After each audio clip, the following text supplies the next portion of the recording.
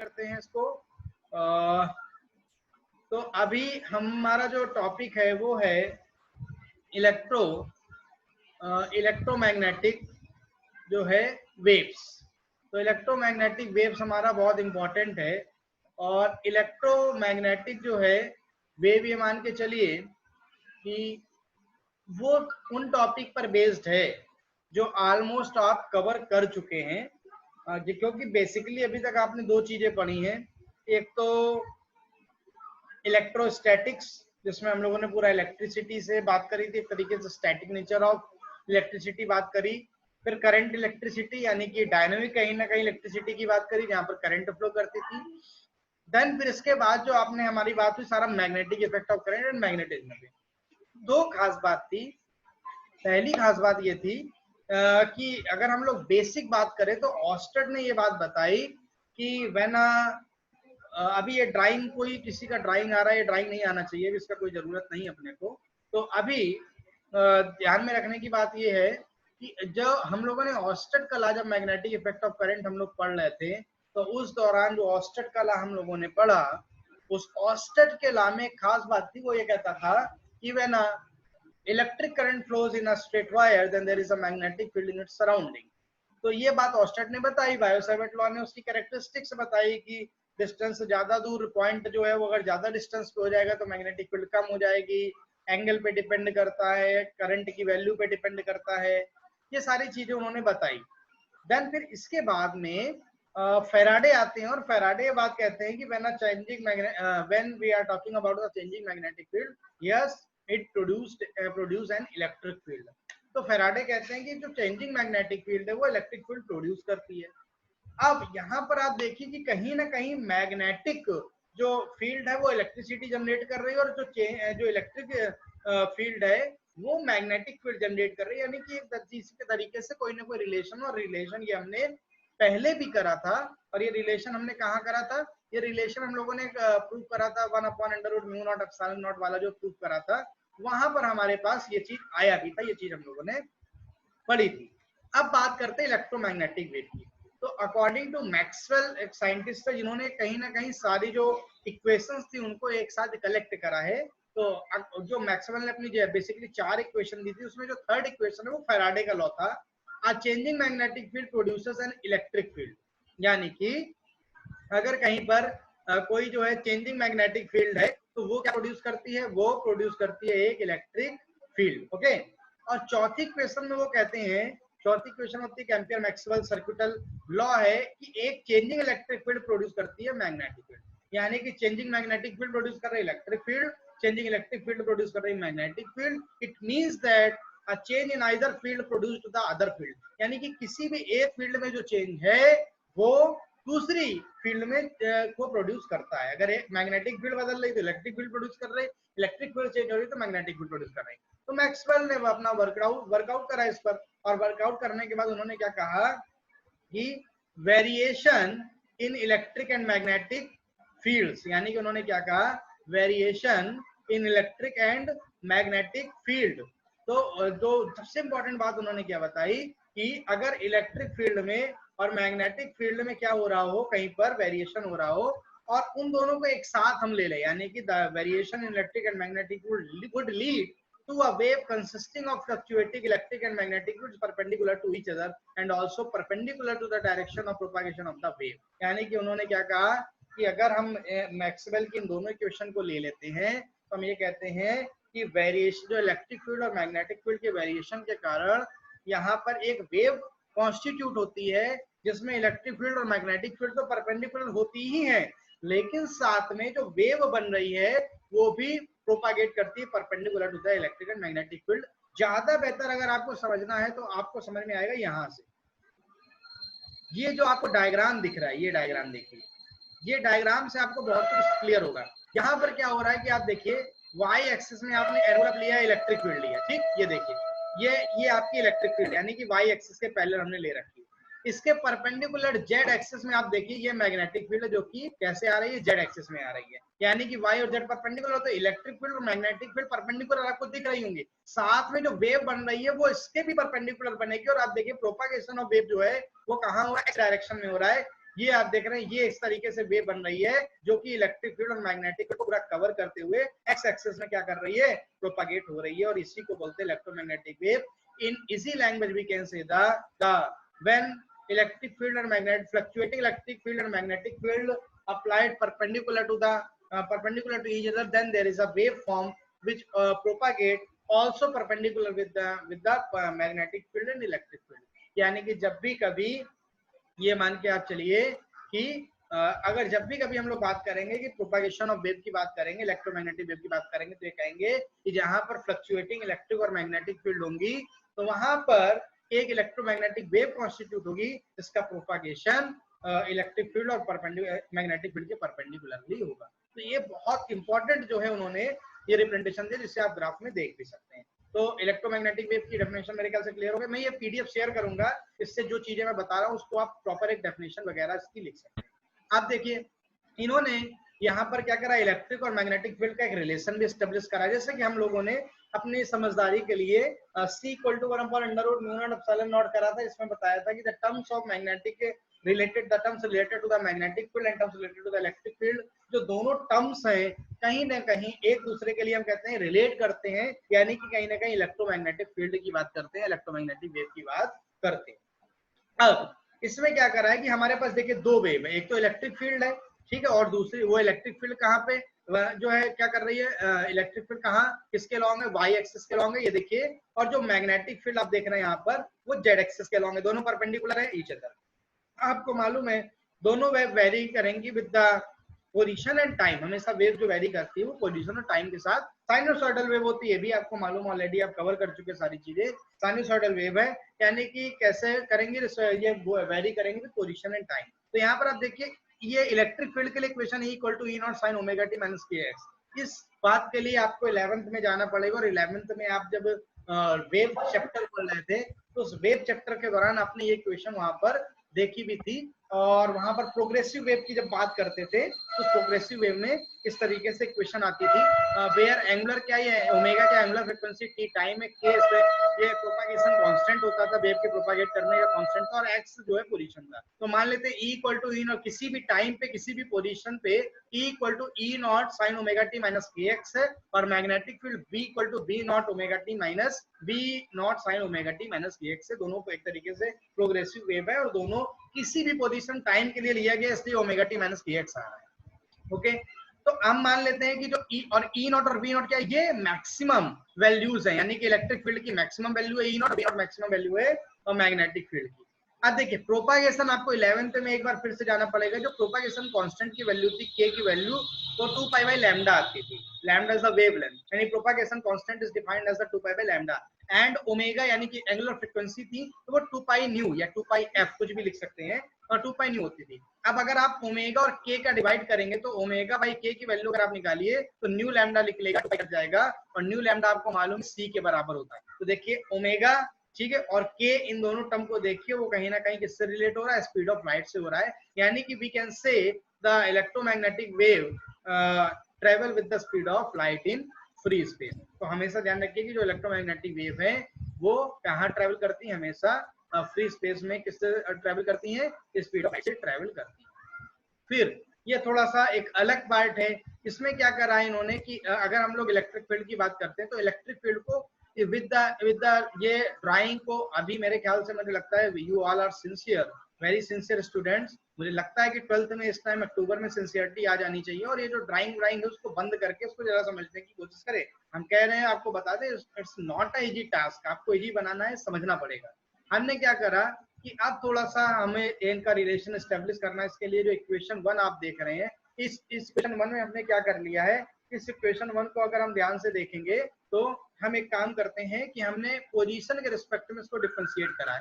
तो डिफरेंशिएट के delta E by delta x आप देख रहे हैं, इसको डेल्टा ई को एक्स के बीच में के रिस्पेक्ट में क्या करा है, डिफरेंशिएट करा है। तो साइन का आपको मालूम है, साइन थीटा को कॉस थीटा माइनस का होता है, तो माइनस का देखिए कॉस थीटा आएगा, बट थीटा की जगह omega T minus K x है और एक्स के साथ के है, यानी इसका भी डिफरेंशिएशन होगा, तो के एक्स माइनस के एक्स की जगह कितना आ जाएगा, ये माइनस का के यहाँ पर आ जाएगा। इस प्रकार जो अगली इक्वेशन आप देख रहे हैं, b equal to B not sine omega T minus K X आप देख रहे हैं, इसको टाइम के रिस्पेक्ट में हमने क्या करा है, डिफरेंशिएट करा है, तो omega B not cos omega T minus K X यहाँ पर आपके पास निकल के आ जाएगा। तो ये दोनों इक्वेशन आपके पास निकल के यहाँ पर आ जाती है। फिर अब जनरली जो मैक्सवेल ने ये अभी आपको साथ बताया नहीं गया है, क्योंकि ये सिलेबस के आपके पार्ट भी नहीं है, बट एक इक्वेशन आपको याद करनी पड़ेगी। मैक्सवेल का जो है दिया हुआ एक रिलेशन है जिसमें delta E upon delta X, यानी कि the differentiation of electric field with respect to the position is equal to the negative sign of जो है time rate of magnetic field. ये एक रिलेशन है जो कि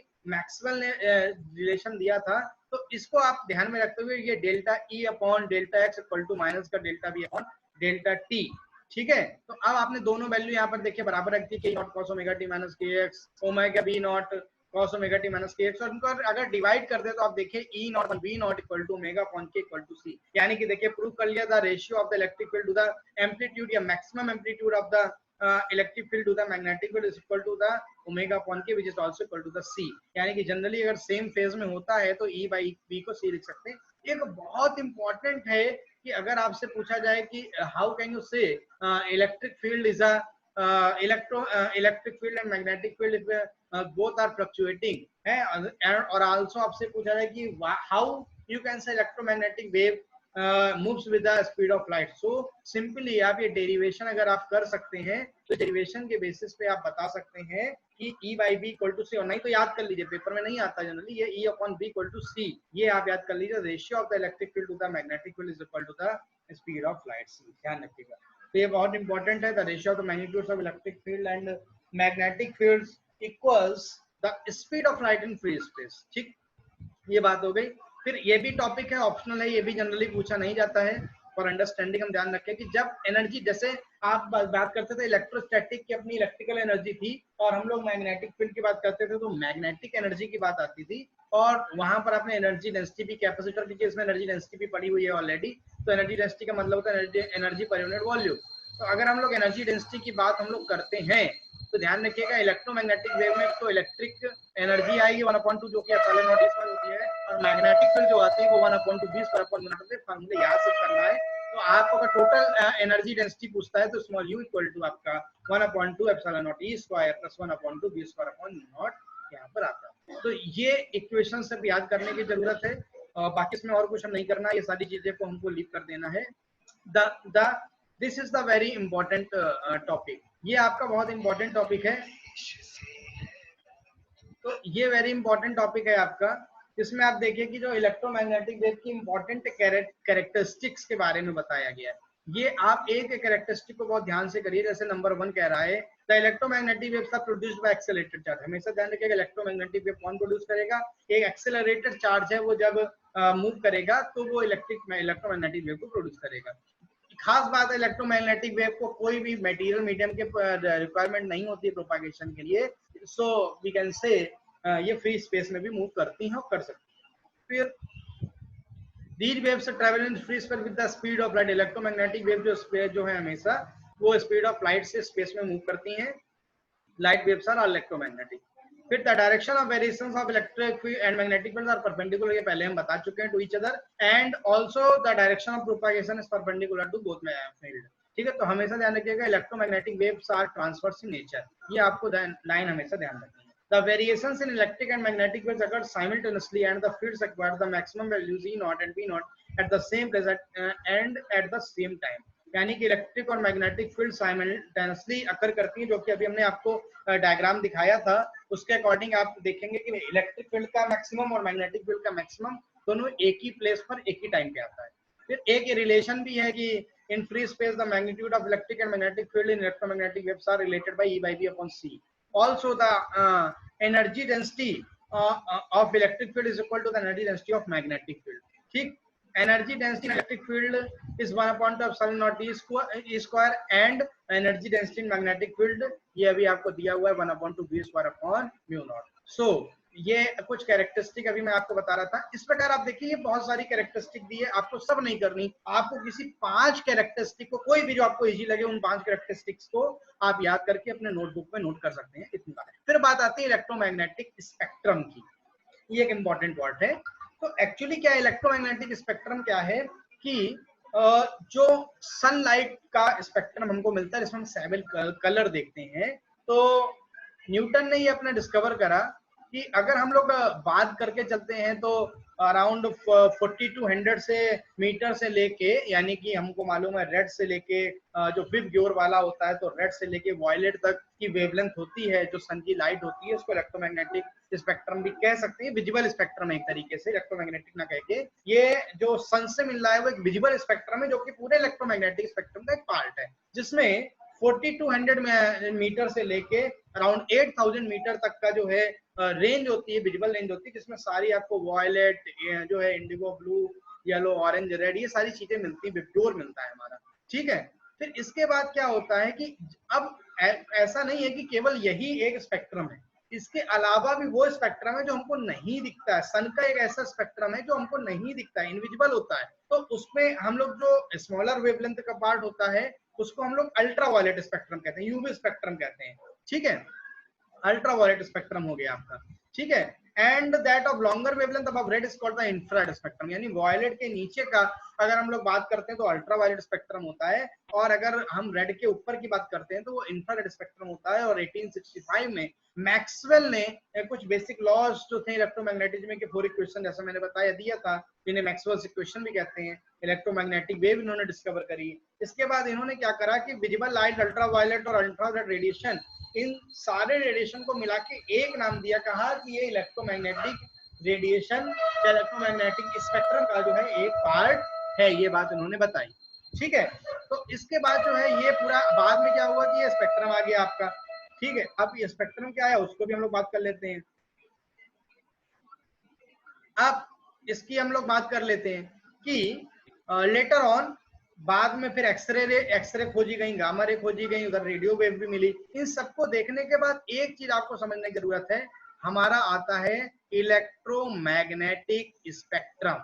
ये पूरा तैयार होता है, जिसमें आप देख रहे हैं कि विजिबल लाइट तो केवल इतना है, ये आप हिस्सा देख रहे हैं, इतना हिस्सा केवल विजिबल लाइट का। ये जो हमने येलो हम यहाँ पर जो पेंट कर रहे हैं, ये विजिबल लाइट है जो हमको सन का से जो विजिबल लाइट मिल रही है, हम जो देख सकते हैं वो इतना है। अब इसके अगर हम लोग जो है बात करेंगे कि अगर स्मॉलर रीजन की बात करते हैं तो फिर वो स्मॉलर रीजन में हमारे क्या हो जाता है कि अल्ट्रा वायलेट आ जाता है, और फिर उधर हम इधर अगले रीजन की बात करते हैं तो इधर फिर जो है इंफ्रारेड रीजन आ जाता है। तो आप देखिए विजिबल के जो है बगल में लेफ्ट पे अल्ट्रा वायलेट है, फिर उसके राइट में विजिबल के इंफ्रारेड है। इंफ्रारेड के बाद फिर जो है रेडियो वेव्स आ जाती है, दरअसल वो लॉन्ग वेव भी कहा जाता है, 10⁻2 से 10⁻4 होता है। और इंफ्रारेड के बाद जो है माइक्रोवेव्स आती है, तो infrared, microwave, then radio wave. और इधर अल्ट्रा वायलेट के बाद जो है स्मॉल की बात करते हैं तो एक्स रेज, और फिर उसकी बात हम करते हैं, बाद में आती जाती है गामा रे। यानी कि पूरा जो अभी तक का नॉन इलेक्ट्रोमैग्नेटिक स्पेक्ट्रम है उसमें गामा रे से स्टार्ट होता है, gamma ray, X ray, UV, visible, infrared, micro, radio, ये इस तरीके से रहता है। और वेवलेंथ आप देख रहे हैं, सबकी वेवलेंथ आपको सामने दिख रही होगी कि यहाँ पर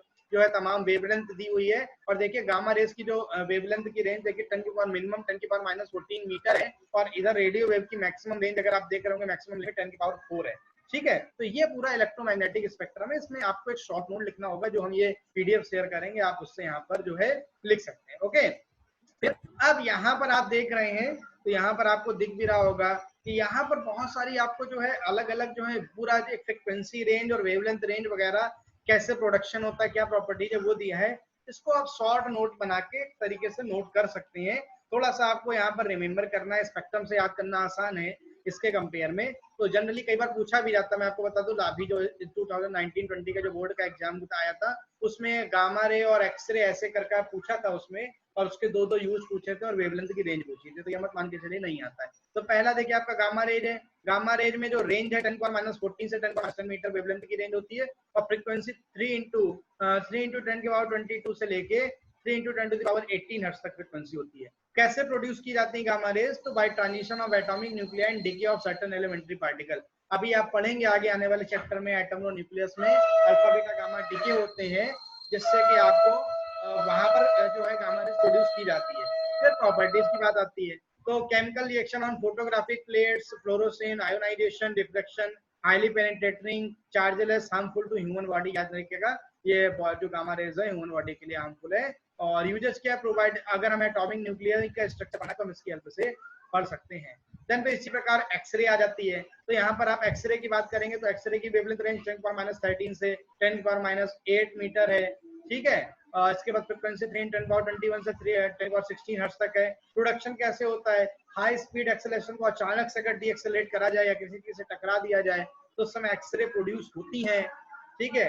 गामा रे के कंपेयर में इसका लेस पेनिट्रेट करती हैं। यूज कहाँ कहाँ होता है, साइंस में होता है, studying structure of inner atomic electron shells and crystal. Surgery में आप जानते हैं फ्रैक्चर वगैरह होता है तो एक्सरे से पता चलता है। इंजीनियरिंग में क्रैक, फ्लॉस, होल ये सब होते हैं। तो रेडियोथेरेपी में कुछ स्किन डिसीजन में इसका एक्सरे का यूज किया जाता है।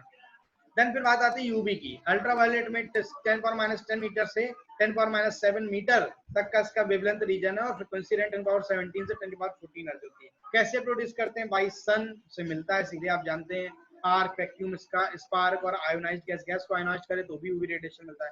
प्रॉपर्टीज क्या है, गामा रे के कंपेयर में बहुत लेस पेनिट्रेटिंग पावर होती है, ह्यूमन बॉडी के लिए हार्मफुल है, आप जानते हैं। और ओजोन इसको अब्जॉर्ब कर लेता है, यूवी को आप ये अच्छे से जानते हैं। फिर यूजेस कहाँ है, इनविजिबल लाइटिंग में आपको मालूम है कि गामा रे एक ऐसी जो है जो अगर आप विजिबल, जैसे उदाहरण फॉर एग्जांपल आपने जो है एक पेन जिसमें इंक ना हो कुछ लिख दें, ऐसे आपको नहीं समझ में आएगा, लेकिन अगर यूवी रे से आप देखेंगे तो वो दिखेगा आपको, ठीक है। फिर तो इसके अलावा फोर्ज डॉक्यूमेंट, फिंगरप्रिंट, इन सब जगह यूज किया जाता है। विजिबल लाइट की वेवलेंथ अभी मैंने बता दिया, 4 × 10⁻7 7 × 10⁻7 मीटर तक इसकी फ्रीक्वेंसी रेंज, 10⁻14 से 7 10⁻14 से 10⁻14 तक। फिर प्रोडक्शन कैसे होता है, excited atom in gases and incandescent bodies. तो आपको मालूम है इलेक्ट्रॉन जो है एक तरीके से अगर एक्साइट होके एक स्टेट से दूसरी स्टेट जाते हैं तो वो कुछ रेडिएशन निकालते हैं, ठीक है। तो विजिबल लाइट प्रोड्यूस होती है। इसके अलावा आप इसके अलावा न्यूक्लियर फ्यूजन जो सन में देख रहे हैं उससे कितनी लाइट प्रोड्यूस हो रही है, तो ये सारे यूजेस है। इस प्रकार इंफ्रारेड रेडिएशन है, माइक्रोवेव्स है, रेडियो वेव्स है, लॉन्ग वेव्स है, छोटा छोटा जगह दिया हुआ है जिसमें आपको इसके यूजेस बताए गए हैं। और यूजेस के साथ साथ में आपको जो है हमने जैसा कि कहा कि इसके यूजेस, साथ में इसका प्रॉपर्टी, रेंज, फ्रीक्वेंसी रेंज और वेवलेंथ रेंज, ये आपको बता दें, आप इसको लाइटली ना लें क्योंकि 2 मार्क्स का एग्जाम में आता है जहां पर आपसे पूछता है कि बताइए कि जो है लॉन्गेस्ट वेवलेंथ की कौन सी रेज हैं, तो आपको बताना पड़ेगा। वहां पर शॉर्टेस्ट कौन सी है बताना पड़ेगा, उसके यूज बताने पड़ेंगे। इस बार भी 1920 एग्जाम में भी ये आया हुआ था, तो ये आपका आ भी सकता है। तो एक पूरा ये चैप्टर जो था आज हमको डिस्कशन करना था इलेक्ट्रोमैग्नेटिक वेव में। अब इसमें अगर किसी को कोई डाउट लग रहा हो तो पूछ सकते हैं। इवन अभी मैं इसके जस्ट बाद आफ्टर दिस क्लास, इस क्लास के बाद मैं अभी आपका ये जो कहीं ना कहीं जो पूरा पीडीएफ है आपने देखा, इसको मैं शेयर करूंगा और इससे आपको नोट्स बनाने हैं। नोट्स कैसे बनाएंगे, इलेक्ट्रोमैग्नेटिक वेव जो आपको मैंने बताया है वो इलेक्ट्रोमैग्नेटिक वेव जो है चैप्टर है, उस इलेक्ट्रोमैग्नेटिक वेव चैप्टर को आपको सिर्फ जस्ट इतना सा करना है काम कि आप जाइए इलेक्ट्रोमैग्नेटिक वेव्स की हेडिंग डालिए, उसको डिफाइन करिए, उसका डायग्राम बनाइए, फिर उसका जो है रिलेशन आप दिखाइए, relation between the electromagnetic wave and light E by V = C, वो आप करके दिखाइए। फिर कैरेक्टरिस्टिक ऑफ इलेक्ट्रोमैग्नेटिक वेव हमने कहा NE5 लिख लीजिए। आफ्टर दिस पर मैंने कहा कि ये जो इलेक्ट्रोमैग्नेटिक स्पेक्ट्रम बना के शॉर्ट में दो यूज, केवल ओनली 2 यूज, इससे ज्यादा नहीं लिखना है, 2 uses, frequency range, wavelength range और कोई भी एक property, 1 property, 2 uses, wavelength and frequency range, इतना लिखना और इतना ही आपको वहां पर याद भी करना है। तो ये बात तो हमारी हो गई। और आपको बता दूं कि इस इलेक्ट्रोमैग्नेटिक वेव के साथ this is the final chapter of the first book. जो आपका फर्स्ट बुक है उसका ये फाइनल चैप्टर था। आपको मालूम है कि ऑलमोस्ट 35 33 32 मार्क्स का अभी तक हमने बोर्ड एग्जाम का कवर कर लिया। अब इसमें अगर किसी को कोई डाउट हो तो हमसे पूछ सकता है, चैट बॉक्स में लिखते भी चले। अगर किसी को कोई प्रॉब्लम लग रही हो तो आप चैट बॉक्स में भी लिख सकते हैं। अगर आपको जो है बोलने में दिक्कत हो रही हो तो चैट बॉक्स में यस या नो में जवाब दें। अगर आपको समझ में आया है, पीडीएफ शेयर करने के बाद आपको इलेक्ट्रोमैग्नेटिक वेव में कोई प्रॉब्लम नहीं है तो यस लिखिए, और प्रॉब्लम है तो नो लिखिए। अगर कोई प्रॉब्लम नहीं है तो आप यस टाइप करिए चैट बॉक्स में, और अगर कोई प्रॉब्लम आपको है चैट बॉक्स में जल्दी प्रिया का की तरफ से यस, आदित्य यस, यस। तो मेरे ख्याल से बहुत सारी चीजें, कुछ खास इसमें था नहीं चैप्टर में, बाकी लोग भी अपना जल्दी से उसका रिप्लाई करते चले। शिवांश पांडे का भी आ गया है, बाकी लोग भी अपना तेजी से जो है चैट बॉक्स में कमेंट लिखे। देखो इससे अलर्टनेस पता चलती है कि अगर आप कितने अलर्ट हैं, है ना। बहुत जल्द अगर तुरंत के तुरंत आंसर आ रहे हैं, आपकी तरफ से रिस्पॉन्ड आ रहे हैं, यानी कि you are active in the class. और जनरली आपको भी मालूम है कि हम रेयरली, हाँ sir please send reduced syllabus, ठीक है कोई प्रॉब्लम नहीं है, हम ग्रुप में शेयर कर देंगे, मैं पहले भी कर चुका हूँ। और डिलीटेड, या तो हम ऐसा कर सकते हैं कि डिलीटेड वाला सिलेबस मेरे पास पड़ा है, पहले मैं हम वही शेयर कर देंगे कि आपसे सिलेबस से क्या डिलीट किया गया, अभी हम जस्ट दिस क्लास के बाद शेयर कर देंगे आपके ग्रुप में, और इस चैप्टर का पीडीएफ शेयर कर देंगे। तो I think there is no problem. ये चैप्टर यहाँ तक पूरा क्लोज हो रहा है, फर्स्ट बुक आपकी आज क्लोज हो रही। अब सिर्फ हमारे पास न्यूमेरिकल और कॉन्सेप्चुअल प्रॉब्लम की बात बची है। तो होपफुली 15 अक्टूबर से अगर स्कूल खुलते हैं आपके, तो हम लोग जो है फिर स्कूल में इसका कॉन्सेप्चुअल और जो न्यूमेरिकल प्रॉब्लम्स हैं उसको सॉल्व करेंगे। तो और अभी नेक्स्ट टर्न से हम सेकंड पेपर इसलिए स्टार्ट कर देंगे, क्योंकि थ्योरेटिकल जो पार्ट है आपका, जो आपका चैप्टर है उसके बेसिक कॉन्सेप्ट है वो सारे बड़ी आसानी से यूट्यूब पे क्लियर हो जाते हैं। बट न्यूमेरिकल्स के लिए और कॉन्सेप्चुअल प्रॉब्लम्स के लिए 1 by 1 इंटरेक्शन जरूरी होता है। तो वो 1 by 1 इंटरेक्शन करने के लिए 15 अक्टूबर से होपफुली क्लासें अगर चालू हो जाती है, स्कूल ओपन हो रहे हैं आपके, तो हम लोग वहां पर कवर कर लेंगे। नेक्स्ट क्लास से आपका सेकंड पेपर स्टार्ट होगा। अब आपके लिए बहुत बड़ा मैं टास्क दे रहा हूं। आज है 1 October. I want to see till 15th of October आपके फर्स्ट बुक के पूरे कंप्लीट नोट्स मेरे को चाहिए। मैं 15 दिन आपको दे रहा हूं। 15 अक्टूबर तक जितने भी बने उससे मैं नहीं मतलब, 15 अक्टूबर तक मुझे सारे नोट्स फर्स्ट बुक के बने हुए देखने हैं। और स्कूल खुल जाएंगे तो आपको वहां स्कूल लेके आने हैं, और नहीं तो मुझको पीडीएफ में आपको बना के उसको भेजना है। पीडीएफ बनाना कठिन काम है, एक एक पेज की एक भी फोटो खींच के पीडीएफ बनाना पड़े, वो बहुत टिपिकल काम लगता है। तो इसलिए मैं आपसे कह रहा हूँ कि 15 अक्टूबर से अगर स्कूल खुल रहे हैं तो आप आके दे जाएंगे, या 15 अक्टूबर के आसपास वैसे भी कॉपियां जब आती हैं स्कूल में चेक होने को, तो मुझे नोटबुक में कंप्लीट चाहिए, फर्स्ट बुक कंप्लीट, नो आपको छूट नहीं मिलेगी आफ्टर 15 अक्टूबर। ये आपको वार्निंग भी मान के चल सकते हैं, अल्टीमेटम मान के चलिए। 15 अक्टूबर फर्स्ट बुक के नोट्स कंप्लीट होने चाहिए। सेकंड टास्क ये मैंने पहले भी कहा था कि कोई भी सैंपल पेपर मार्केट में आ गए होंगे, आप परचेज कर फर्स्ट बुक की प्रॉब्लम्स को सॉल्व करना शुरू करिए। अपनी नोटबुक बना लीजिए, एक सैंपल पेपर के नाम से नोटबुक बना लीजिए। फर्स्ट बुक के 1 मार्क्स 2 मार्क्स 3 मार्क्स के जो भी क्वेश्चन आ रहा है कॉन्सेप्चुअल न्यूमेरिकल, उसको सॉल्व अनसॉल्व सब अपने कॉपी में करिए, नोट करिए, उसको समझ के करते चले। इससे आपको आइडिया मिलेगी पेपर कैसे आता है। सैंपल पेपर अगर आपने अभी नहीं लगाया तो विश्वास मानिए आपको प्रॉब्लम होने वाली है। ठीक है, तो आज के लिए इतना ही। Good night. नेक्स्ट क्लास में आपसे फिर मुलाकात होगी। होपफुली 15 अक्टूबर तक सारा काम कंप्लीट हो जाएगा। Good night. अब आप क्लास छोड़ के जा सकते हैं। Good night. Good night sir.